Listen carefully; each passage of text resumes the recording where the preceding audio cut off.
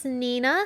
Thanks for joining me today for a new project, which is one of my Not a Card installments. So Halloween's coming up, it's right around the corner really, and I thought it'd be fun to create some pillow box candy holders that you can give out during the Halloween trick-or-treating. Maybe you want to give them to friends and family, coworkers, whatever you want to do with them. I think these would be so much fun to make and give during the Halloween season. So we're going to use a bunch of new products from Doodlebug's newest collection, which of course is Halloween themed. And these products can be mixed and matched. You don't have to use all of them. I just wanted to show you a wide variety of the products that are in this release and give you some ideas on how you could use these products to make pillow boxes that you want to create for, like I said, your trick-or-treaters, family, friends, and so on. So for today's project, one of the main things you're going to need is a pillow box die, and I'm using our Simon Says Stamp exclusive pillow box die.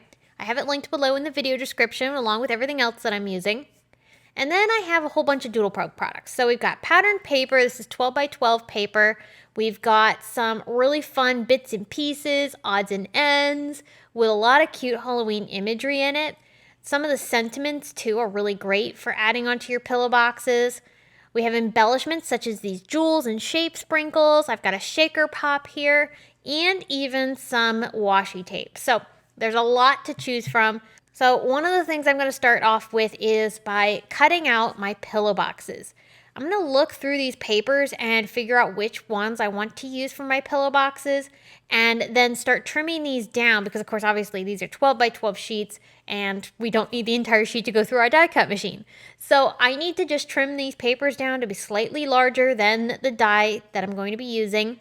And these papers are double-sided too, so if you like the patterns that are on the back side of the sheets, like this one here, I loved the bugs, I'm going to use that too along with the spooky eyes. These tags, by the way, are really great too. I'm going to trim these all out with my trimmer and use these on some of my pillow boxes.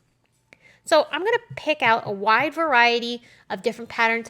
I'm going to make a whole bunch, and if you're mass producing these, I would recommend doing all of these steps in stages so that way you can really make the process go a lot faster. Here are those tags. I'm just taking them inside of my trimmer and trimming them apart so that I can tie these onto some of the boxes.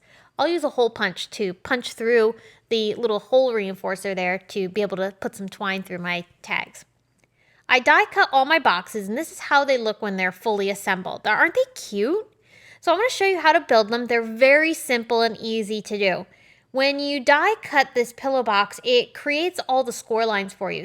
So all you have to do is actually just fold over on those score lines and then take a little bit of tape, and I would recommend choosing a very strong tape since you're going to be filling these boxes and they're going to get handled a lot. I'm using Simon Says Stamp Redline tape, and I'm just putting a strip of tape along that one tab on the side of the pillow box, and then I fold that over into the other side of the box. That forms the pillow box, and then I can just fold the top and bottom down onto each other to create the enclosure for the little pillow box. Simple and easy. These come together so fast. Now decorating, this is the fun part. So I pulled out so many different pieces. I've got some of the ephemera, the sentiments, the embellishments, and I'm using liquid glue, foam tape, and redline tape to attach my embellishments and ephemera pieces down onto my pillow boxes. It doesn't matter what adhesive you use. I mixed and matched just because some things I wanted popped up, other things not necessarily I needed to have popped up.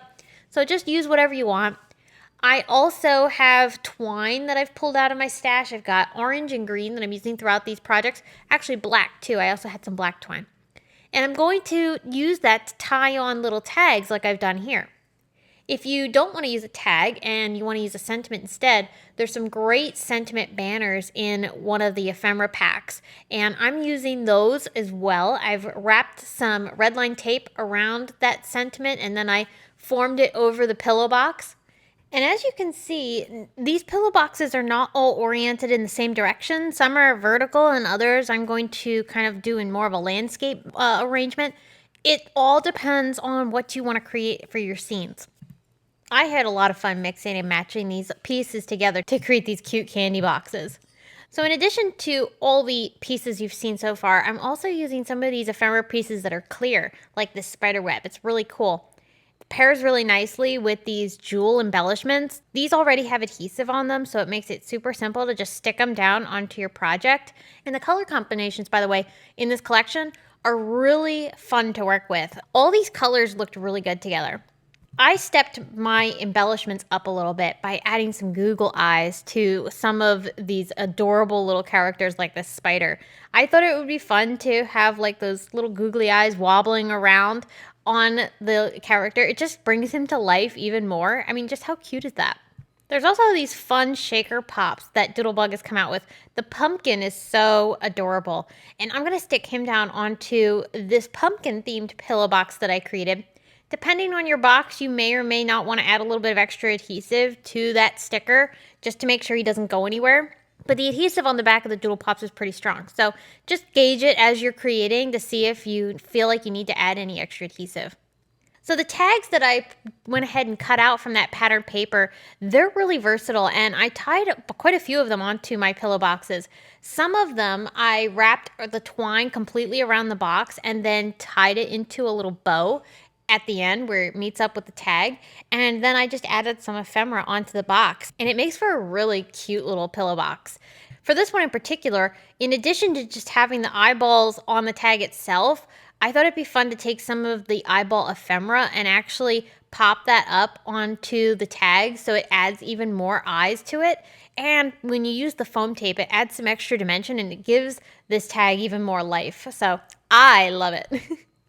There are some really adorable shape sprinkles too. These are dimensional little stickers and they pair up really nicely with the ephemera pieces. So I ended up sticking quite a few of those stickers onto the ephemera to embellish them even more.